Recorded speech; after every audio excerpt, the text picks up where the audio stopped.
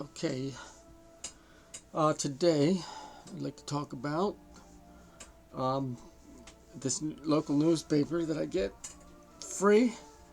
I wouldn't get it otherwise. It wasn't free. I'd pick it up at the convenience store, the bank, or somewhere like that. They give them out, and I thought it was pretty interesting. One of the things they were.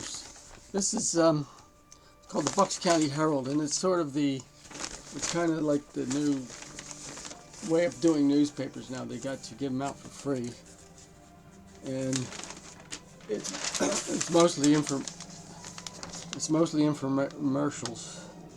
There's something, I don't know, kids doing something on Halloween, zombies, or but they still have, for the most part, the same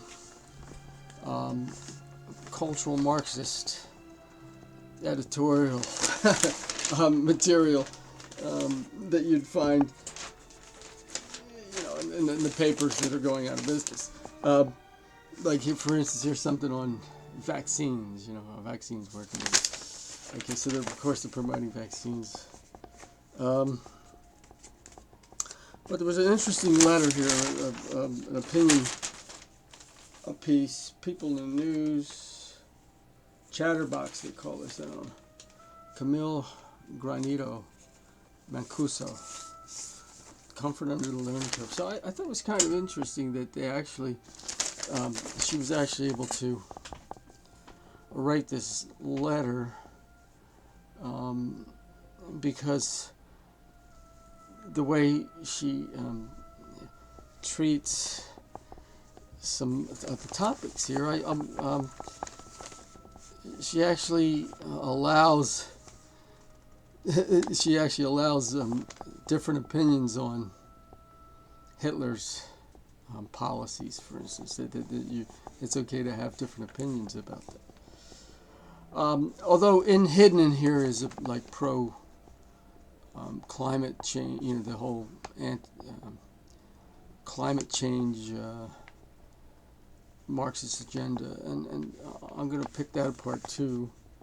And then I want to talk about, I went to one of these town hall meetings over the phone. They have over the phone town hall meetings, and so okay, Brian Fitzpatrick is my representative in Washington, and so he's running the town hall meeting, and I'll tell you about that. Let me do this one first here. In Peter Pan, J.M. Barney says, all of this has happened before and it will happen again. The situation America finds itself in right now may be unique to many of us, but it isn't unique. Not only are other nations in similar situations and or have been in the past, but America has been in similar situations before. She survived then. The recovery time is usually required. Regardless of which side of any of our current political issues we are on, we can all agree that we don't all agree. And for most of us, our feelings are pretty clear. One common thing about harsh political climate is that people who have an opinion have a pretty strong opinion. We're struggling to maintain important relationships from opposite sides of the line in the sand. Some of us agree not to talk politics with coworkers we like, friends we treasure, or even family members we don't want to alienate. It's better that way, as they can't see our point and we can't understand theirs. America is dealing with the same issues other nations face, and the climate issue that haunts every nation on the planet. Humanity's future and world politics makes for angry table conversation and haunting bedtime stories. Globally, no one knows what to tell kids about the safety of the future. Do they even have a future?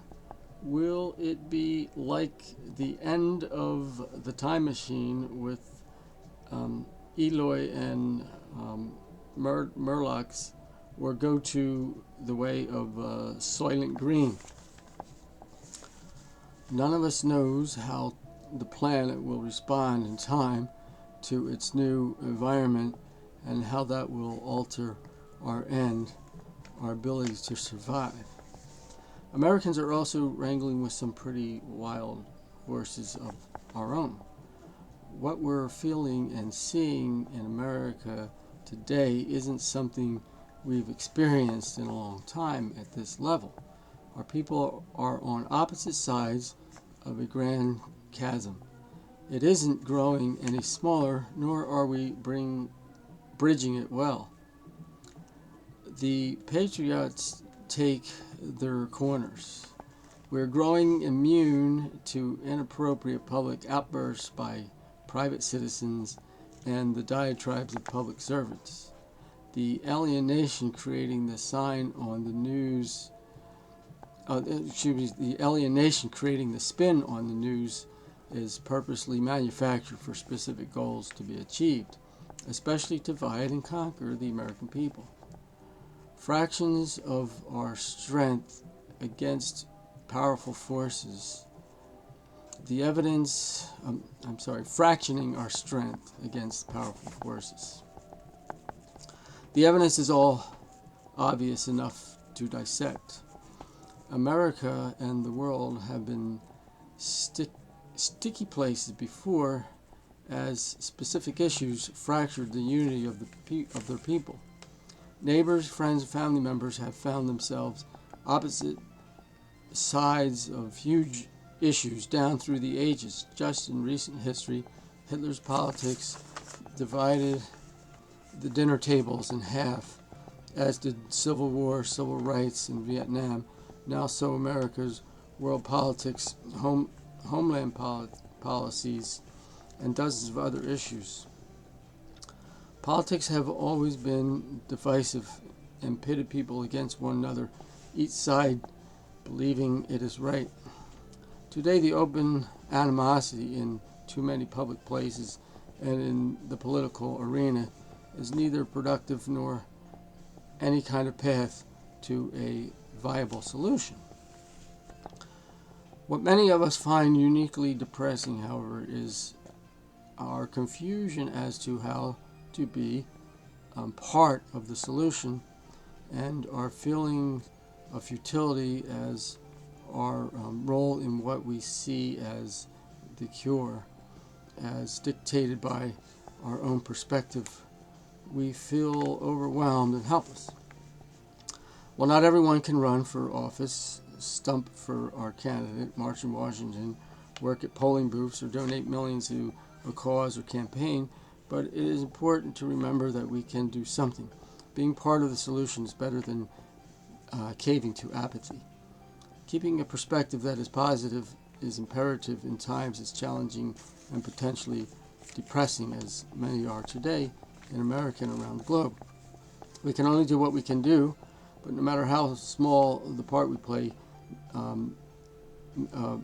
play may be, we can find our power and serenity, sanity, and solace in playing it. Above all, we have to remember to keep our dignity and our senses, not only as a nation among the nations of the world and in the eyes of the world, but across the dinner table as well. Whether we politely agree to disagree or elect to be silent, we can find comfort in remembering these wise words by Mark Twain. No amount of evidence will change the mind of an idiot.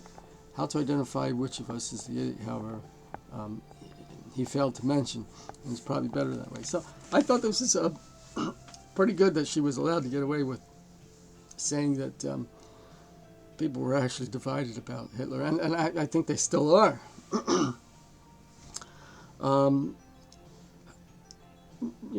Not everybody is complete victim to the brainwashing that we go through in the school system and so forth. And especially as you get older, especially as you exposed to other sides of the stories on the internet, for instance. But it's interesting because the internet is actually taking away, a lot of the, YouTube and so forth, a lot of these platforms are taking away people's place to have a voice. Let me go over a couple things here. Okay, so she thinks that we're facing some kind of imminent danger by climate change. Well, the thing is, the climate's been changing ever since the beginning of time. And carbon has nothing to do with it. And see, the way people, you got to look at the science of climate change, the science of what they call greenhouse gases, because they're trying to say, well, carbon's a greenhouse gas. Well, it's 335 parts per million. It's not only is it a harmless gas, but it's a necessary gas for plant life. So actually, if carbon content increases, plant life thrives. You would have to have, probably before it becomes actually dangerous in terms chemically as a poison, I don't know, it would probably have to be 100,000 parts per million or so. So you see, we got a long way to go as far as that's concerned. And the idea of the greenhouse effect. Okay, you got, here's maybe a little illustration. So you got the sunlight coming in, and it goes into the greenhouse, and it comes back out again. Okay, so what happens is it heats the atmosphere inside the greenhouse, which is trapped in the greenhouse. So it's a mechanical effect. It's not a chemical. And so the part of the carbon plays in this is 0.0335 parts in 100. I mean, it's the most minuscule. Well, the greenhouse gases are water vapor. You would have to do away with cloud cover. I guess we could pave over the oceans and prevent the oceans from evaporating. I mean, that's really, so that's how ridiculous the whole thing is. It's not even, it's not meaningful. It's, I came up with an idea compared to global slowing. We could also have a big panic. The globe is slowing down because, we're building all these skyscrapers and people are walking upright. And, you're displacing the angular momentum. You're displacing the center of gravity. And the angular momentum of the Earth is slowing down. So we better act now before the Earth comes to a grinding halt. And we have to tax people for standing upright. If you really care about the globe, you're going to crawl on your hands and knees. I was thinking maybe that's what Miley Cyrus was doing when she came on stage with her horizontal lap dance. She was actually saying, "Look, people, keep a lower profile, stay closer to the center of the earth," or something to this effect. But that's what they would do. They would have us all, crawling around on our hands and knees. And if you're really conscientious, you'll go around on your stomach, like a snake. You'll slither like snakes, and they'll be laughing at us because it's not really a problem. Just like this greenhouse gas, carbon is not a problem at all. It's just a lie. And the reason they do this is to control people, especially internationally. You could say, well, you have to do such, such, and such, and such, and if you don't do it, you're a threat to the rest of the world, kind of thing. And it's just a way of controlling people. And if you want to talk about climate change, you have to look at it scientifically. You can't just look at it because it's because somebody scared you like this with this language. I don't see anything in here where she's talking about the mechanics of greenhouse gases. There's nothing in here about that. Okay, so she's talking about being the alienation created by the spin in the news is purposely manufactured for specific goals to be achieved, especially divide and conquer the American people, fracturing our strength against powerful forces. The evidence is all obvious. Well, you got to identify, okay, who are they trying to divide and how are they trying to conquer them? Are they trying to get us united and, when we shouldn't be united? Because, see, that's my problem. That's my whole problem in the United States. I don't believe in e pluribus unum. I don't believe in the whole idea of having different religions sharing the same government. If you really, it's because she's talking about, okay, well, how are we going to find a path to viable solution? Well, to me, a viable solution is separating, is dividing up America. And this can be done globally, too. I mean, there's a lot of other countries that should probably be divided as well. And you divide and you separate. It's not divide and conquer, it's divide and separate. And you have, according to you, the way it should be done is is my idea. I'm going to have someday I'd like to do this, have a website, and people can go there and fill it out, just like a personality profile. And you can see what it is you would like about a government, what kind of policies, what kind of laws, what kind of values. People can identify where heavier populations of people think like them are. This thing could be done. That should be the function of the federal government, really, is to oversee this division. And, and then once it's done, the federal government can go out of business. That's really all that what we need them for, is to help the logistics of getting people into their own countries, and meaning that America would be divided up into a bunch of separate countries that are sovereign and don't have to answer to one another. That's a viable solution. To me, that's the solution we should all be working towards. Okay, so Brian Fitzpatrick, representative, has a town hall meeting, and so I wrote him a letter. I said, because they didn't take my question, and they said, ran out of time, I guess is what they said, but I don't know, because here what I said, I got in queue for the town hall meeting on Wednesday night, 10:23. The screener asked my name and location, and I had no problem with that, but then he asked to know my question, and so I was appalled that you would employ this deceptive tactic. If you are conducting an open forum, then there is no need for me to supply information that can be used to steer the conversation. Please let me know if you plan to continue or discontinue this trust-breaking procedure before I share my experience on social media. Thank you kindly, Sean Maurer.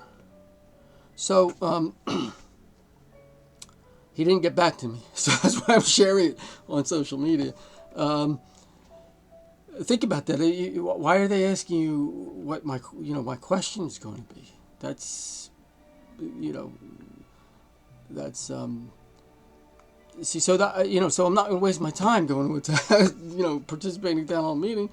If they're going to screen my call, to that extent where they're going to, they could steer the conversation any way you want. And it really seemed,